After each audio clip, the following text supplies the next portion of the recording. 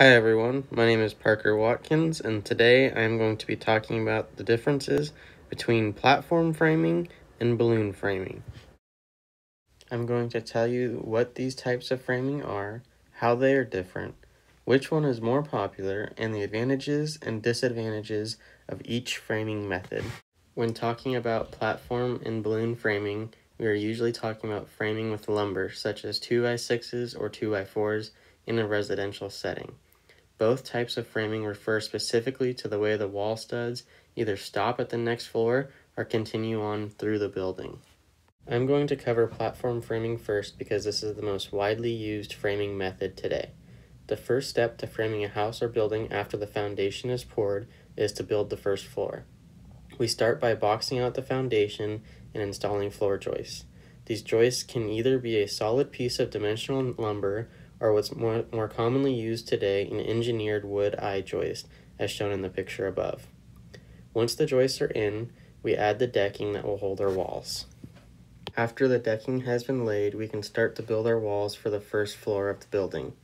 We usually do this by building the walls on the ground and then standing them up once they are complete.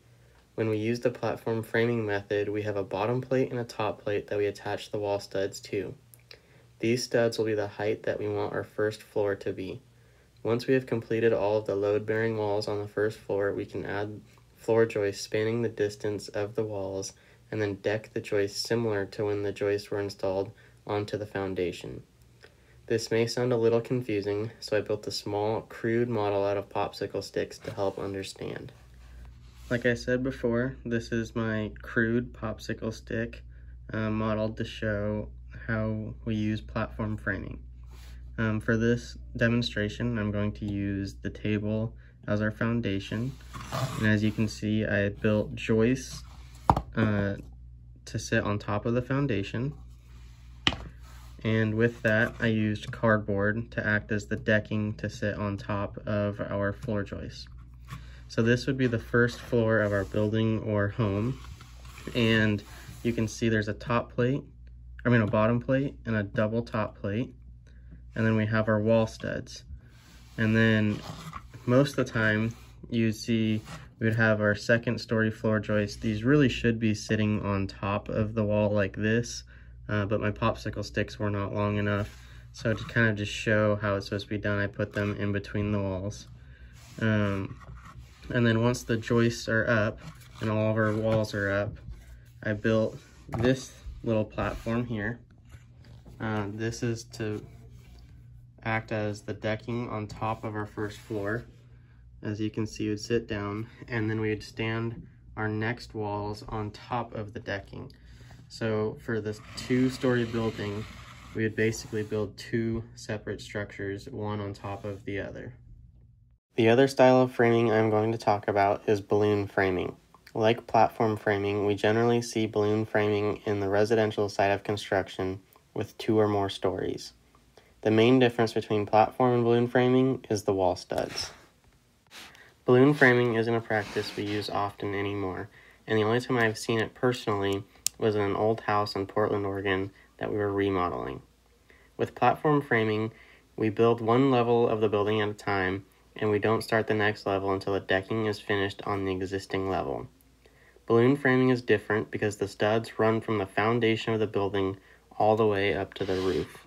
To get a better idea of what I'm talking about, I built another crude popsicle stick model to show balloon framing. Here's my crude model to demonstrate balloon framing. So on this model, I used cardboard to demonstrate the foundation going around the whole building. And as you can see with balloon framing, the studs run all the way up to the very top plate on top of the second story. So you still have a bottom plate, you still have a top plate, but they run all the way through the building. The main difference is that you have a ledger or a ribbon joist that runs around the interior of your building that your floor joist then sit on. Once the floor joists are on, then you can go in and deck the floor joists. As you can see in this model, when you run your studs all the way up, you can't put your floor joists on until your walls are completely built. So this can make it tough to put your floor joists on and your decking on when you have nothing to stand on, like platform framing, where you do one wall at a time. As I mentioned in my balloon framing model video, an advantage to platform framing is piecing it together. It makes it easier and safer to work on one floor at a time because you have a nice place to stand and work.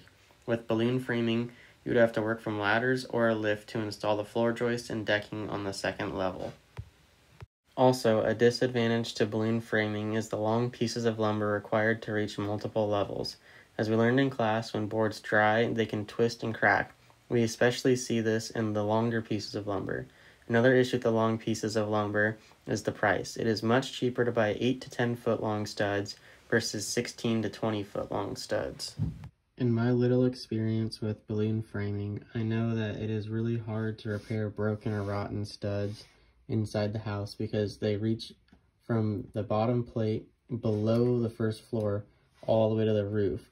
So when there's something wrong with them, it can be expensive and extremely hard to replace. The last advantage to platform framing is the fire safety aspect.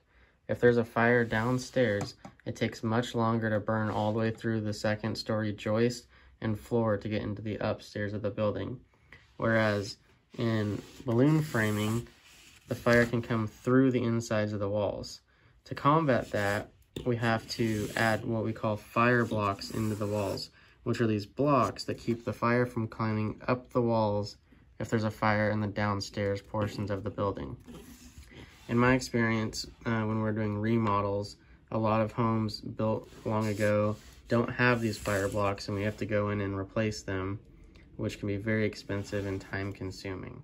I wish I had more time to show the advantages and disadvantages of balloon framing and platform framing, but I hope you learned something. Thank you.